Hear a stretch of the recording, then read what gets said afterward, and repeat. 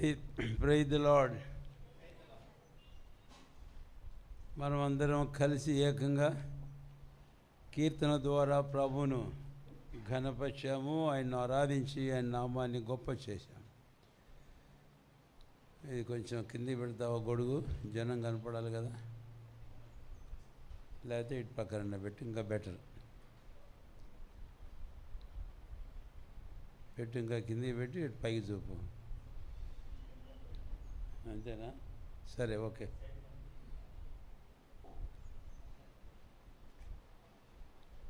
కళ్ళల్లో పడుతూ ఉంది, కళ్ళల్లో పడుతుంది, కొంచెం పక్కన పెడుతుంది.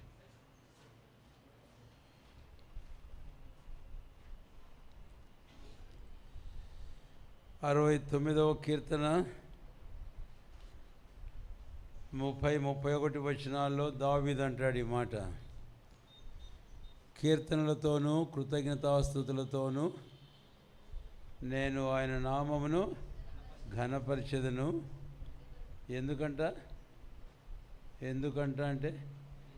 ఎందుకంటేను కొమ్ములను డెక్కలను గల కోడె కంటెను అది యెహోవాకు ప్రీతికరము. కాబట్టి దేవునికి అది ఎంతో ప్రీతికరమైనది. కాబట్టి ఆరాధన, కీర్తనలు, కృతజ్ఞతాస్తుతులు చేయడం అనేది మన దేవునికి ఎంతో ప్రీతికరమైన సేవ. అందుకే చివరికి అన్నాడు పౌలు అపొస్తలుడు హెబ్రీయులకు రాస్తూ 12వ అధ్యాయము 29వ వచనం, 28 చివరి భాగం 29, దేవుడు దహించు అగ్ని అయి ఉన్నాడని చెప్పకముందు ఆ కృప కలిగి వినయ భయభక్తులతో దేవునికి ప్రీతికరమైన సేవ చేయదము.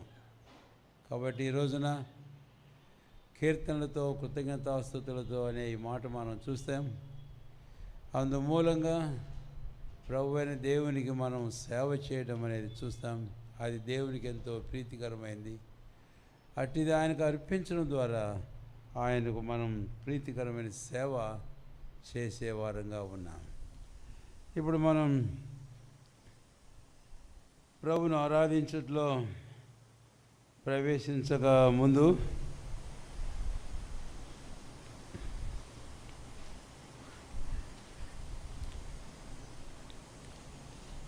కీర్తనల గ్రంథము 95వ అధ్యాయం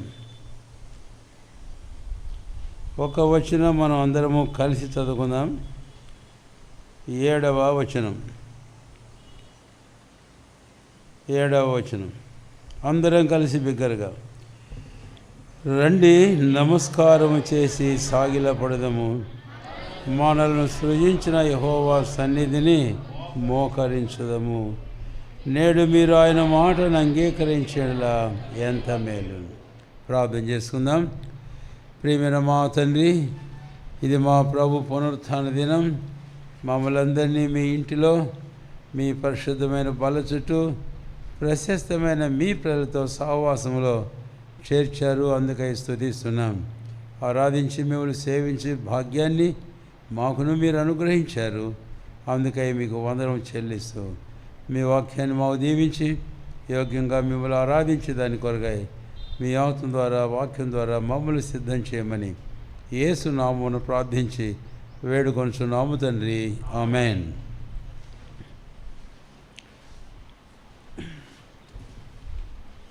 తొంభై 95వ కీర్తన ఇప్పుడు మొదటి వచనం నుంచి వస్తున్నాం.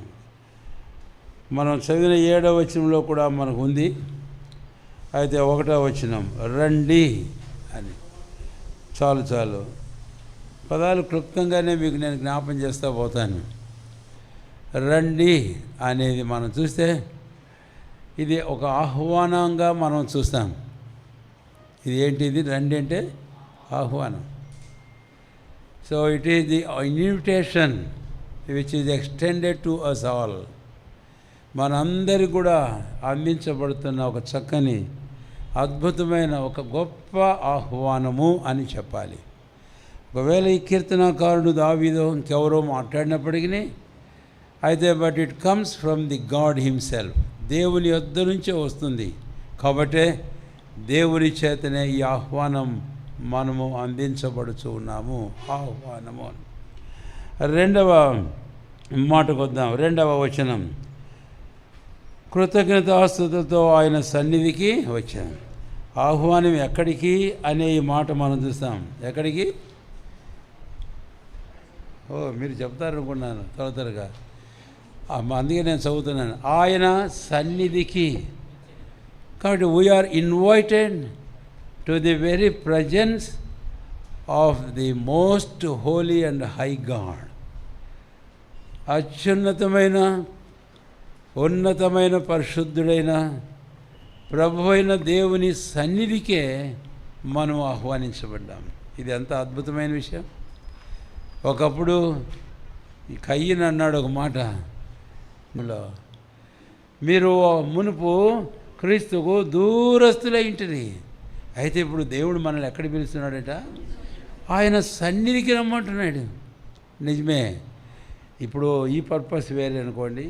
కాబట్టి రెండవదిగా మనం చూస్తే, ఒకటి ఆహ్వానాన్ని చూస్తాం, రెండవదిగా ఎక్కడి ఆహ్వానము అంటే ఆయన సన్నిధికే మనము ఆహ్వానించబడుతూ ఉన్నాం. మూడవదిగా మనం చూస్తాం 7వ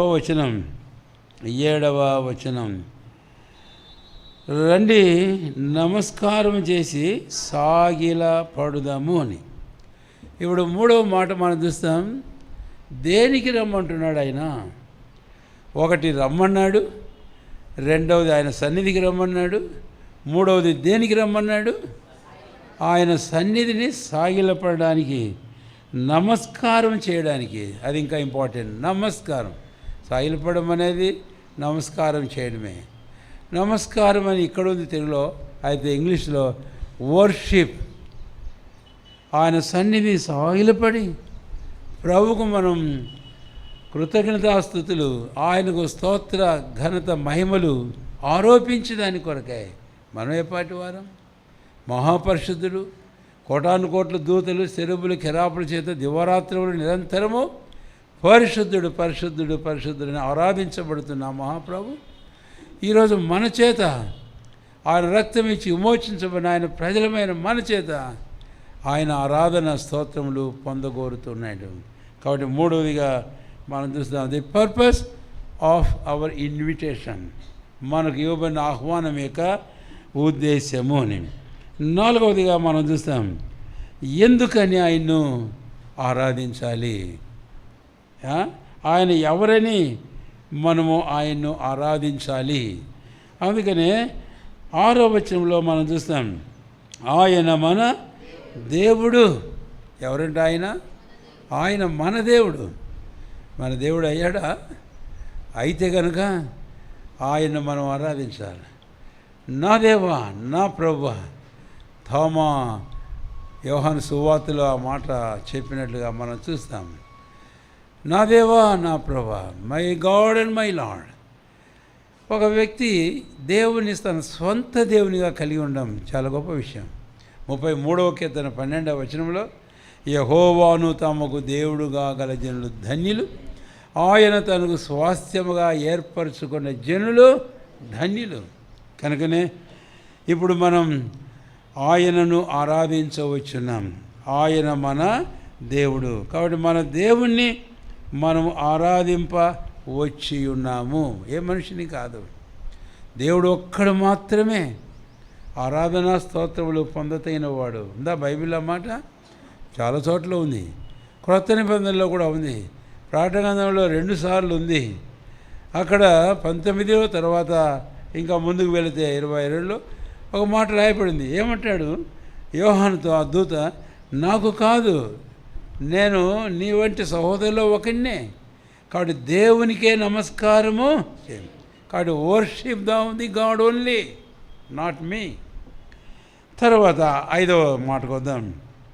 95వ కీర్తన 1వ వచనం, ఆ దేవుడు ఏమై ఉంటే మనం ఆయన ఆరాధించాలి?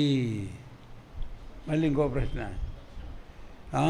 రైట్, మన చివరి భాగం 1వ వచనం చివరి, మన రక్షణ దుర్గమును బట్టి సంతోషగానము చేయదు.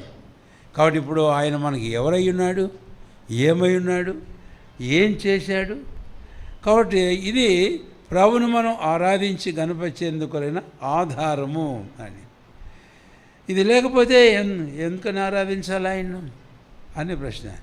కాబట్టి ఒకటి ఆహ్వానము, రెండవదిగా ఆయన సన్నిధికి ఆహ్వానం, మూడవదిగా ఆయనను ఆరాధించడానికి ఆహ్వానం, నాలుగవదిగా ఆయన మన దేవుడు అయినందుకు, తర్వాత ఐదవదిగా ఆయన మనకు ఆ దేవుడు ఏమైనాడు, మనకు రక్షణ. అందుకే దావీదు అంటాడు 65వ కీర్తన, మా దేవుడు మాకు పూర్ణ రక్షణ కలగజేయవాడు. దేవుని స్తోత్రం. సరే, ఇప్పుడు ఇక్కడ ఇంకొక 5 నిమిషాలు నిలబడతాం ముగించకముందు. మనం 95వ కీర్తన 1వ వచనం 2వ భాగం, మన రక్షణ దుర్గమును బట్టి సంతోషగానము చేయుదము. ఆయన మన రక్షణ దుర్గం. తెలుగులో దుర్గం అని ఉంది, అది ఇంకా చాలా దూరం పోవాల్సి ఉంటుంది. అయితే ఇంగ్లీష్ బైబిల్లో ఏమనిందంటే the rock of our salvation, మన రక్షణ బండ అని వాక్యంలో ఇంగ్లీష్లో చూస్తాం. మూల భాషలో కూడా అలాంటి భావమిచ్చే పదాలు మనం చూస్తాం. కనుక మన దేవుడు మనకు రక్షణ బండ అయ్యాడు అనే మాట, బండ అనే మాట. ఈ బండ అని మనం అనుకున్నప్పుడు కొరింథీయులకు రాసిన మొదటి పత్రిక 10వ అధ్యాయం 4వ వచనంలో పౌలు అపొస్తలుడు ప్రభువైన క్రీస్తుని గురించి మాట్లాడుతూ అంటాడు, ఆ బండ ఎవరట? క్రీస్తే. అక్కడేమో దేవుడు మన రక్షణ బండ, మన రక్షణ దుర్గం బండ. అది ఇక్కడికి వచ్చినప్పుడు పౌలు అంటాడు 1 కొరింథీ 10వ అధ్యాయంలో, ఎవరు మన బండ ఎవరట? క్రీస్తే అని అన్నప్పుడు దేవుడు ఎవరయ్యాడు? ఏం చెప్పరే? క్రీస్తు అయ్యాడు. దేవుడు ఎవరయ్యాడు? క్రీస్తు అయ్యాడు. దేవుడు దేవుడుగా లేడు. అందుకే లూకా 2వ అధ్యాయంలో ఏమని చెప్పారండి? 10-11 వచనాలు, ఇదిగో దావీదు పట్టణమందు నేడు ఎవరైన పేరేం పేరు? ప్రభువైన క్రీస్తు. అక్కడ 3 పదాలు ఉన్నాయి. ఒకటి రక్షకుడు అంటే యేసు, రెండవది క్రీస్తు, మూడవది ప్రభు. యేసు అనేది జన్మించినప్పుడు, క్రీస్తు అనేది ఆయన చేసే కార్యం ఏమిటో దాన్ని తెలియపరిచేది. ఆయన చేసిన తర్వాత ఆయన ఎవరు అనే విషయాన్ని గురించి కూడా మనం చూస్తాం. సరే, ఇప్పుడు మన ప్రభు అయిన క్రీస్తు ఆయన మన రక్షణ బండ అని మనం చూస్తాం. ఇప్పుడు ఆయన దగ్గరికి మనం వస్తే దేవుడు మోషేతో ఒక మాట అన్నాడు. ఆ రోజు నిర్గమాకాండంలో 17వ అధ్యాయంలో హోరేబులోని బండను గూర్చి ఆయన మాట్లాడుతూ పలికినటువంటి మాట. నిర్గమాకాండం 17వ అధ్యాయం రండి దయచేసి. 17వ అధ్యాయము నిర్గమాకాండం.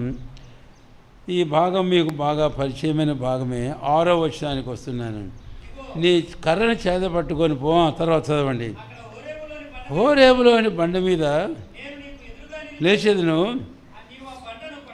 నీవు ఆ బండను కొట్టగా ప్రజలు త్రాగుటకు చాలంతే. నీవు ఆ బండను కొట్టు. ఇక్కడ కొట్టు అన్నాడు. ఇంకో చోటుకి వెళ్తే మనం ఈ సంఖ్యాకారులు మాట్లాడమన్నాడు, కానీ మనం అక్కడికి పోము. కాబట్టి ఇప్పుడు ఈ బండయ్య హోరేబులోని బండ అని. సరే, హోరేబును గురించి మనం ఎక్కువగా ఇప్పుడు తలంచం, కానీ ఈ బండను గురించి దేవుడు మోషేతో ఏమన్నాడు అని అంటే, నీవు ఆ బండను కొట్టు అన్నాడు. ఆ బండ క్రీస్తే అని అన్నప్పుడు మన ప్రభు అయిన యేసు క్రీస్తు వారు ఏమయ్యాడు అనేది ఇక్కడ మనకు అర్థమవుతుంది. ఏమైనాడు ఆయన? Christ who was smitten. క్రీస్తు మన కొరకై ఏమైనాడంటే ఆయన కొట్టబడ్డాడు. బైబిల్లో చాలా సందర్భాలు చూస్తాం. 20 దినాల్లో శ్రమలు అని చెప్పి ధ్యానం చేస్తున్నారు. ఆయన ఎలాగా మన కొరకై కొట్టబడ్డాడు. వారు ఆయన అరచేతులతో కొట్టారట. సరే, వారు కొట్టడం అలా వదిలిపెట్టేసేయండి. ప్రభు అయిన దేవుడు ఆయన మొత్తాడట.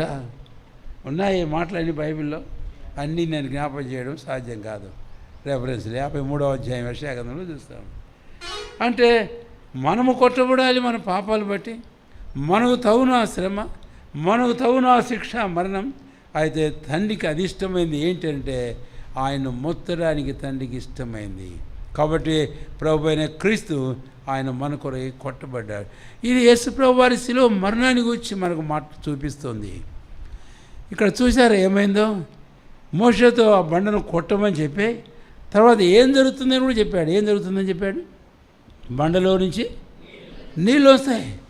యేసయ్య కొట్టబడినప్పుడు ఒక్కసారి వెళ్దాం అక్కడికి. యోహాను సువార్త 19వ అధ్యాయంలో అక్కడికి వెళితే సైనికుడు ఒకడు బాల్యంతో ఆయన ప్రక్కన పొడవుగా ఈటతో ఏమైందంట? నీళ్లును రక్తమును కారు. ఈ రెండు ఏం చూపిస్తున్నాయి? రక్తము మన పాప క్షమాపణ కొరై చెల్లించమని క్రయం. నీళ్ళు ఏం చూపిస్తున్నాయి? మన పాపములు క్షమించబడి మన రక్షణ పొందడమే కాదు కానీ మనకు జీవమును అయింది. క్రీస్తు మన కొరై మరణించడం ద్వారా ఆయన మనకు జీవము అయ్యాడు. కాబట్టి మనకు తెలుసు యోహాను సువార్తలో 7వ అధ్యాయంలో పండగ దినాన్ని యేసు ప్రభు వారు ఒక మాట అన్నాడు. కాబట్టి ఈరోజు మన ప్రభు అయిన యేసు క్రీస్తు వారు మన కొరకై కొట్టబడినటువంటి బండ. అందుకనే ఆయన మన రక్షణ బండ. అంతేకాదు ఆయన మనకు నిత్య జీవమునకు కారణమైన బండ. అట్టి బండ అయిన ప్రభు అయిన క్రీస్తును మనం ఆరాధించి ఆయన్ను ఏం చేయవలసిన వారుగా ఉన్నాం? ఆయన మనం ఘనపరచవలసిన వారుగా ఉన్నాం. తర్వాత మరొక సందర్భానికి మనము వద్దాం రండి. దయచేసి నిర్గమకాండంలోనే మరొక సందర్భానికి మనము వస్తే దైవజనుడు మోషే ఒక చిన్న ప్రార్థన చేశాడు. చిన్న ప్రార్థనే కానీ చాలా గొప్ప అనుభవం కొరకైన ప్రార్థనగా మనం చూస్తాం. 33వ అధ్యాయము 22వ వచనం. వెలుచుండగా ఆ బండ సందులో నిన్ను ఉంచి నిన్ను దాటి వెళ్ళు వరకు నా చేతితో నిన్ను. రెండవదిగా బండ సందును గురించి మాట్లాడు. అక్కడేమో కొట్టబడింది, అందుమూలంగా ఏం జరిగిందో చూసాం. అయితే ఆ కొట్టబడిన బండ, అది చేల్చబడిన బండ, the rock which was cleft అంటే సందు చేయబడి మరి బండగా మనం చూస్తాం. అందుకే చేల్చబడిన బండ. చక్కని పాటలు ఉన్నాయి ఇంగ్లీష్లో. అయితే ఈ చేల్చబడిన బండ అనే దాని మీద మనకు బైబిల్లో కూడా చక్కని మాటలు మనం చూస్తాం. తెలుగు పాటలు కూడా మనకున్నాయి. కాబట్టి ఇప్పుడు చేల్చబడిన బండను కూర్చో రెండవ తలంపు మనం చూస్తాం. ఏంటి? దేవుడు మోషేతో అన్నాడు. మోషే ప్రార్థన చేశాడు. ఏం చేశాడు తెలుసా మోషే? ప్రభువా, ఏం చెప్పరే 33వ అధ్యాయంలో ఏంటి మోషే యొక్క ప్రార్థన? నీ మహిమను, నీ మంచితనం అంతా నాకు కనపరచు అంటే దేవుడు అన్నాడు, అమ్మా నా ముఖం చూస్తే నువ్వేడు బతుకుతావు, కాబట్టి కష్టం. అయినా సరే నువ్వు ఆశపడుతున్నావు కాబట్టి నా ముఖం కాకపోయినా, నా మహిమంతా కాకపోయినా నా మంచితనం నీకు చూపిస్తాను అని చెప్పి ఆయన అన్నాడు, నువ్వు ఆ హోరేబులో బండి ఉందే, ఆ రోజు నువ్వు కొట్టావే, అది చీల్చబడింది కదా, పోయి ఆ సందులో దాక్కోపోను అన్నాడు. మోషే వెళ్ళి దాక్కున్నాడు. అప్పుడు నేను అన్నాడు, దేవుడు అన్నాడు, నా వెనక భాగం నువ్వు చూస్తావన్నాడు. అక్కడ ఒక చక్కని మాటలు మనం చూస్తాం, పదాలు ఏమని ఉందో ఇక్కడ 33వ అధ్యాయంలో చూడండి దయచేసి. నేను బండ సందులో నిన్ను ఉంచి, 22వ వచనం, నా చేతితో నిన్ను ఏం చేస్తాను? కప్పెదను. చేతితో నిన్ను కప్పుతాను. సందులో ఉంచి చేతితో ఏం చేస్తాను? నిన్ను కప్పేస్తా. ఏమర్థమవుతుంది ఇక్కడ? అంటే this rock which was cleft ఈ the rock of our shelter. అంటే మనకు ఆశ్చర్యమైనటువంటి బండ ఇది. మనం వెళ్ళి దాక్కోవడానికి కొరైన బండ ఇది. దేవుడు ఇలాంటి మాటలు మనం బైబిల్లో చాలా చోట్ల చూస్తాం. ఇంకొక వచనం నేను మీకు జ్ఞాపం చేస్తాను. అది యెషయా గ్రంథం 2 దయచేసి 54వ అధ్యాయము. యెషయా గ్రంథం 54వ అధ్యాయం చూడండి. తీసిన వారు 17వ వచనమా కాదు 16వ వచనమా? 54వ అధ్యాయము 16వ వచనం. ఎవరైనా చదువుతా? క్షమించండి, 51:16 అండి. 51:16 చివరి భాగం. నీ నోట నా మాటలు ఉంచి నా చేతి నీడలో నేను నిన్ను కప్పి ఉన్నాను. ఇంకా ఈ విషయానికి వచ్చి మనం క్రొత్త నిబంధనలు కూడా వెళితే యోహాను సువార్త 10వ అధ్యాయంలో యేసు ప్రభువు వారు 26, 27, 8 వచనంలో మాట్లాడుతూ ఆయన మాట అంటాడు, ఎవడును మిమ్మల్ని నా చేతి నుండి, నా తండ్రి చేతిలో నుండి ఎవడు మిమ్మల్ని అపహరింపడు. కనుక ఇక్కడ మనకు రెండవదిగా అర్థమయ్యేది ఏంటంటే మన ప్రభువైన యేసుక్రీస్తు వారు మనకు ఆశ్రయ దుర్గం బండ అయి ఉన్నాడు అని. అందుకే మనం సురక్షితంగా ఉండగలం. సామెతల గ్రంథం 18వ అధ్యాయం 10వ వచనం త్వరగా, యెహోవా నామము బలమైన దుర్గము, నీతిమంతులు అందులోనికి పరిగెత్తి పరిగెత్తును ఎలా ఉంటారట? సురక్ష. ఎందుకు? కారణం ఏంటి? యెహోవా నామం బలమైన దుర్గం. అందుకే ప్రభువును స్తుతించగలను. నేటి వరకు రక్షణ పొందకముందు కూడా మనం ఆయన్ని ఎరగకపోయినను, తల్లి గర్భంలో రూపించబడకముందే ఎరిగిన ఆ దేవుడు మన జీవితాల్లో అన్ని విధాలైన కీడుల నుంచి కాపాడుతూ వచ్చినవాడు. తగిన కాలంలో ఈ రక్షణ మనకు అనుగ్రహించాడు. రక్షించబడి నీతిమంతులుగా తీర్చబడి నాటి నుంచి నేటి వరకు కూడా ఈరోజు ఆయన మనల్ని సంరక్షిస్తూ ఆయన భద్రపరుస్తున్నాడు. ఆ మాట యేసయ్య తండ్రితో ఒక మాట అన్నాడు. యోహాను సువార్త 17వ అధ్యాయం 12వ వచనంలో, నీవు నాకు అనుగ్రహించిన వారిని నీ నామమందు కాపాడి వారిని ఏం చేశాను? I have kept them, preserved them. అందుకే రెండవదిగా ప్రభువును మనం స్తుతించి మనం గణపరిచేందుకైన కారణం ఇక్కడ మనము చూస్తాం. తర్వాత మూడవదిగా మరొక మాట మనము చూద్దాం. దయచేసి కొరింథీయులకు రాసిన మొదటి పత్రిక 10వ అధ్యాయము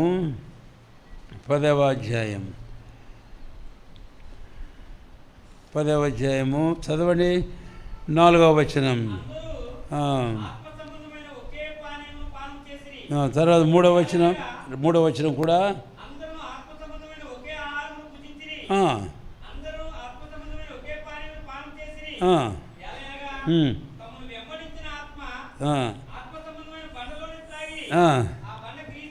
వీళ్ళు తాగడానికి వచ్చి తినడానికి వచ్చి మాట్లాడాడు. ఇప్పుడు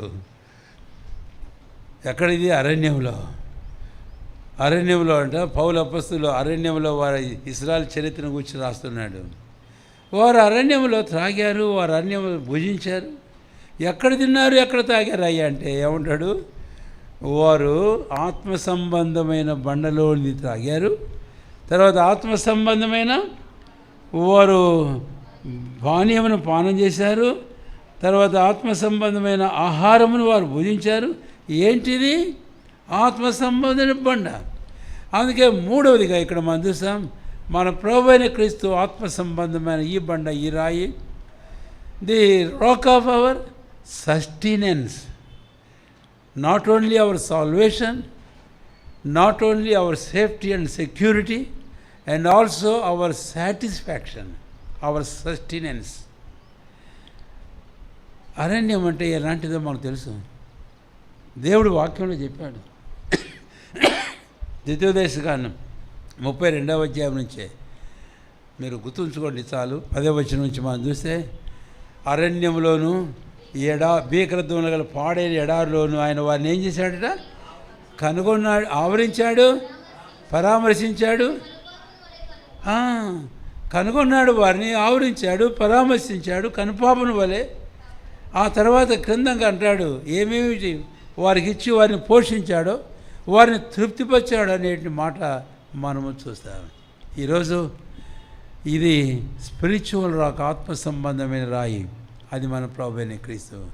అందుకే మూడవ తలంపు ఇక్కడ ఏంటి అని అంటే, ఎందుకు ప్రభువును మనం ఆరాధించాలి మన దేవుడిని అంటే, ఆయన మనను జీవమునకు భక్తికి కావలసిన వాటన్నిటి చేత ఆయన మనల్ని ఏం చేస్తున్నాడని చెప్పండి? ఆదరిస్తున్నాడు. ఆయన మనల్ని ఆదరించడం కాదు, ఆయన మనల్ని పోషిస్తున్నాడు, ఆయన మనల్ని తృప్తిపరుస్తున్నాడు. అందుకే దావీదు ఒక మాట చెప్పగలిగాడు 23వ కీర్తన 1వ వచనంలో ఏమని? యెహోవా నా కాపరి, నాకు ఈ 95వ కీర్తన ఇందాక మనం చదివాం కదా, 7వ వచనంలో రండి, క్షమించండి 6వ వచనంలో ఏం చదివాం? ఆయన మన దేవుడు, ప్రజలము చివరిలో ఆయన మేపే గొర్రెలం మనం. ఇక్కడ తెలుగులోనేమో మేపే గొర్రెలం బాగానే ఉంది, కానీ ఇంగ్లీష్లో ఇంకా బాగుంది. We are the sheep of his hand. ఆయన చేతి గొర్రెలమంట. అంటే ఆయన చేతి ముద్దులు పెడుతున్నాడు మనకొని. ఒక సందర్భం మీకు గుర్తొస్తుందా నేను ఈ మాట వాడినప్పుడు? చేతి ముద్దులని ఎక్కడ? రైట్. కనుక ఆ ప్రవక్త వచ్చి దావీదుతో చెప్పిన మాట, నువ్వు వాడి ఇట్లా మేపుకుంటుంటే నువ్వు వాడిది ఇలాగ చేసావు కదా అని. సరే అక్కడికి మనం. కాబట్టి మన ప్రభు అయిన క్రీస్తు ఆయన మనల్ని ఎలాగా మేపుతున్నాడో, పోషిస్తున్నాడో, ఆయన సంతృప్తి పరుస్తున్నాడు. ఆశ్చర్య విషయం. పాత క్రొత్త నిబంధన బహు స్పష్టంగా ఎన్నోసార్లు చెప్తాను. ఇర్మియా గ్రంథం 31వ అధ్యాయం 14వ వచనంలో మనం చూస్తే ప్రభు అయిన దేవుడు సూటిగానే మాట అంటాడని ఇర్మియా చెప్పాడు. ఏమని? నా జనులు నా ఉపకారములను తెలుసుకొని తృప్తి పొందుదురు. ఇదే హోమక్. This is the word of the Lord, thus saith the Lord. ప్రభు చెబుతున్నాడు ఈ మాట. భూమి ఆకాశాలు గర్భించిన ఆయన మాటలో సున్న కానీ పుల్లు కానీ పోనే పోదు. ఆయన చెబుతున్నాడు. ఆయన చెప్పి చేసే దేవుడు, ఆయన నమ్మదగిన దేవుడు. కాబట్టి ఈ రోజున నిశ్చయంగా మనం ప్రభువును స్తుతించి కనపరచడానికి, ఆయన మనల్ని తృప్తిపరిచే జీవమునకు భక్తికి కావలసినవన్నీ అనుదినము దయచేయనటువంటి ఆత్మ సంబంధమైన బండ. పేతురు అన్నాడు,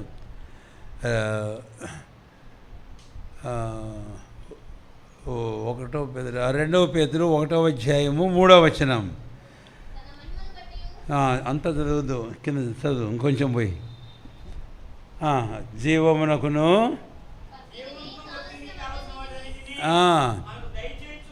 మనకు చాలంతే. జీవమునకును భక్తికి కావలసినవన్నీ మనకు ఏంటి? మళ్ళీ చెప్పండి. చాలా అది కాదు, వాళ్ళని అడుగుతున్నారు, అక్కడే పొరపడుతున్నారు. ఉందా అట్లా? దయచేసినందున అని ఉందా? మరి ఏంటి కర్మ చేస్తారండి? దయచేసినందునంటే సరిపోదా? దయచేసినందునంటే నిన్నటితో సర్దుకో నిన్నటితో అంతే, ఇంక రేపు ఉండదు, ఈరోజు ఉండదు. దయచేస్తున్నందునంటే నిన్న నేడు రేపు జీవితాంతం ప్రభువైన యేసుక్రీస్తు వారు మన ఈ జీవానికి మన భక్తికి కావలసినవన్నీ he gives us constantly. He never fails in regarding our spiritual and physical needs. ఆయన ఎన్నడూ తప్పిపోయేవాడు కాడు. అలాంటి బండ, సమృద్ధి అయిన బండ. ఇశ్రాయేలు ఎన్ని లక్షల మంది త్రాగుచూ తింటూ తృప్తి పొందుతూ వచ్చారు. అందుకై ప్రభువును స్తుతించి ప్రభువును కనపడదాం. 4వది ఇంకోటి చెప్పి నేను ముగించేస్తాను. 1 కొరింథీ 10వ అధ్యాయం మళ్ళీ 4వ వచనం.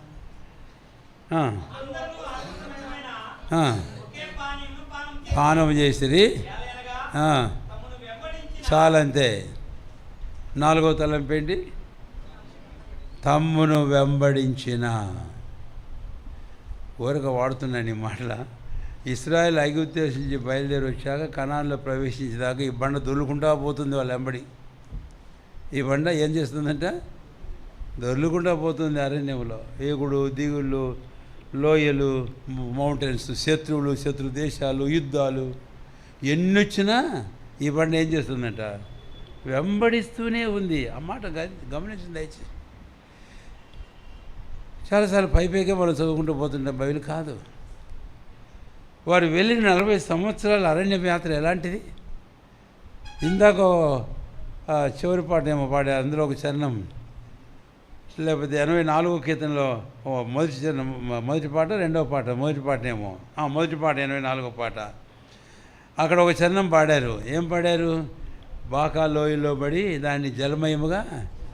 బాకా లోయలు అంటే ఏంటి? దుఃఖపూరితమైన లోయలు, వ్యాలీస్ ఆఫ్ వీపింగ్. బాకా అంటే వీపింగ్, ఏడుపు. కాబట్టి లోయలు ఉన్నాయి, పర్వతాలు ఉన్నాయి, శత్రుదేశాలు ఉన్నాయి, సైన్యాలు వచ్చినాయి, యుద్ధాలు జరిగినాయి, పరిస్థితులు అనేకములు, ఎడారి, బీభత్సమైన పరిస్థితులు. ఆయన ఈ బండ వారిని వెంబడించడం ఏం చేయలేదట? మానిందా? ఓ ఇబ్బా లోయలో పడ్డా నేను రాలేను అన్నదా? చాలా ఎత్తుగా ఉంది నేను దొరలేనన్నదా? లేకపోతే శత్రువులంతా వచ్చారు నాకు భయం వేస్తుంది నేను మీ వెంబడి రానన్నాడా? వదిలిపెట్టేశాడు వారిని? లేదే. మరి ఏం చేశాడు ఆయన? కనానులో ప్రవేశించేంత వరకు కూడా వారిని వెంబడిస్తూనే వచ్చాడు. దీని ప్రాముఖ్యత మనం అర్థం చేసుకోవడానికి నిర్గమకాండ 33వ అధ్యాయంలో ఒక వచనం చూద్దాం.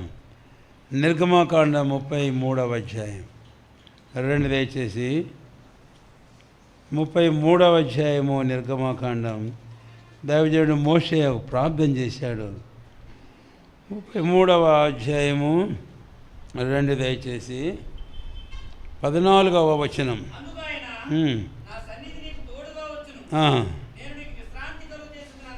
ఇదేదో ఆశ్చర్యం కలగజేసినట్టుంది మోషేకు. ఏమని? దేవుడి మాటని, నా సన్నిధి నీకు తోడుగా వచ్చును అంటే ఆశ్చర్యం ఏంటి? తర్వాత వచ్చిన ఏమంటాడు? ఏమంటాడు చదవండి. ఏం మాట్లాడుతున్నావు దేవా నువ్వు? నీవు నీ సన్నిధి మాతో కూడా రావడం అనే విషయాన్ని గురించి నువ్వు ఏమంటావు? అసలు నీ సన్నిధి మాతో రాకపోతే ఇక్కడి నుంచి మేము ఎందుకు పోతాం? మేము ఎలాగ పోగలం? ఒకవేళ నీ సన్నిధిని మాతో కూడా ఉంచకుండా అంటే, నీ సన్నిధి మాతో రాకపోతే మమ్మల్ని కూడా ఇక్కడి నుంచి తోడుకొని పోవు అంటే ఇది ఏంటి? దీని అర్థం, we don't want even the Canaan which is the promised land, the land which floweth with milk and honey, పాలు తేనెలు ప్రవహించే దేశం, పితరులకు వాగ్దానం చేసే దేశం, స్వాస్థ్యమైన దేశం మాకెందుకు? మాకొద్దు, నీ సన్నిధి మాకుంటే చాలు. What a important thing it is being a Christian, to have the presence of God with us always in all circle. అన్ని సమయాలలో, హెచ్చుల్లో, లోయల్లో, పర్వతాల్లో, ప్రతికూలతలో, యుద్ధాల్లో, ఎడారిలో, అన్ని పరిస్థితుల్లో ఆయన సన్నిధి మనతో ఉండడం ఎంత ప్రాముఖ్యమైన విషయం. అందుకే తెలిసి మోషేకు ఆ మాట అంటావేంటి దేవా?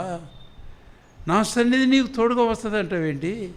అసలు నీ సన్నిధి మాకు తోడుగా రా, మమ్మల్ని ఎందుకు ఇక్కడ నుంచి తోడుకొని పోతాం? మాకొద్దు నీ సన్నిధి. అందుకనే ప్రభు క్రొత్త నిబంధనలో కూడా ఈ వాగ్దానం చేశాడు, ఇదిగో సదాకాలం యుగ సమాప్తి వరకు నేను మీతో కూడా ఉన్నాను.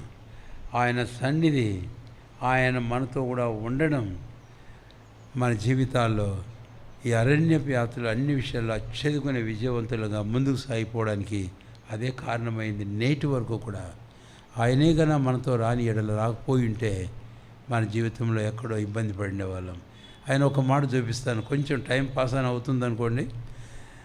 సంఖ్యాకాండం 14వ అధ్యాయం. ఆయన సన్నిధి వారితో పోని సందర్భంలో ఏం జరిగిందో చూడండి. 14వ అధ్యాయము సంఖ్యాకాండము 2 దయచేసి. మోషే వారితో చెప్పాడు ఏమని? 42వ వచనం చెప్పండి, చదవండి. కొనసాగదు, మీ లేడు కనుక హతము చేయబడుదురు, మీరు సాగిపోకుడి అని అన్నా కూడా ఏం చేశారు వాళ్ళు? సరే సరే అంతా చదవడం కష్టమే. చివరి భాగం, మీరు యెహోవాను అనుసరించడం మానితిరి కనుక ఇక యెహోవా మీకు తోడై. 44వ వచనం, మూర్ఖించి ఆ కొండ కొనకెక్కిపోయి నిబంధన మందస్థమైన మోషేయును పాలెంలో నుండి. ఇప్పుడు 45వ వచనం, ఆ కొండ మీద కనానీయులను వారిని కొట్టి హోర్మా వరకు వారిని తరిమి హతము చేసరి. యెహోవా లేడు, మందసం లేదు, మోషే కూడా పోలే. దేవుని సన్నిధి వారితో లేదు.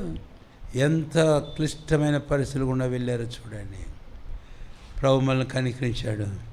ఇలాంటి ఎన్నో సంగతులు మా జీవితంలో ఎదురైనప్పటికీ ఆయన సన్నిధి మనతో ఉండడం ద్వారా మన శత్రువులు సమసిపోయినారు.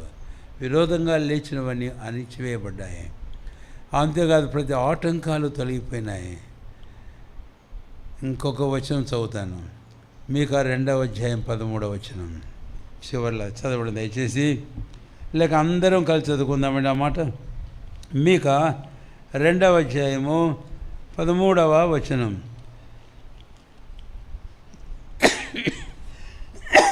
765 పేజీ. అందరం కలిసి 2వ అధ్యాయం 13వ వచనం. ప్రాకారములు పడగొట్టువాడు వానికి ముందుగా పోను, వారు గుమ్మములు పడగొట్టి వారి ద్వారా దాటిపోదురు, వారి రాజు వారికి ముందుగా నడుచుచు ఆయన. కాబట్టి ఎవరున్నారంటే వారితో? ప్రాకారాలు పడగొట్టేవాడు. కనుకనే ఇలాంటి ప్రభు మనతో కూడా ఉన్నాడు. ఆయన సన్నిధి మనకు తోడుగా ఉంది. అందుకే ఈరోజు మన జీవితాల్లో ఇలాంటి పరిస్థితులు అన్నింటిలో కూడా ముందుకు రావాలి.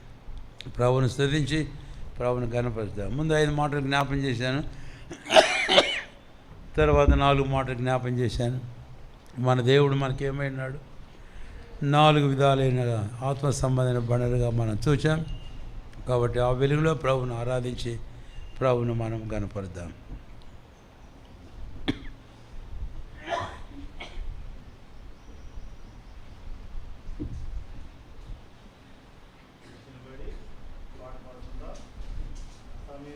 స్కూల్ పిల్లలందరూ కూడా సండే స్కూల్ పంపించండి. చిన్న పిల్లలందరినీ కూడా.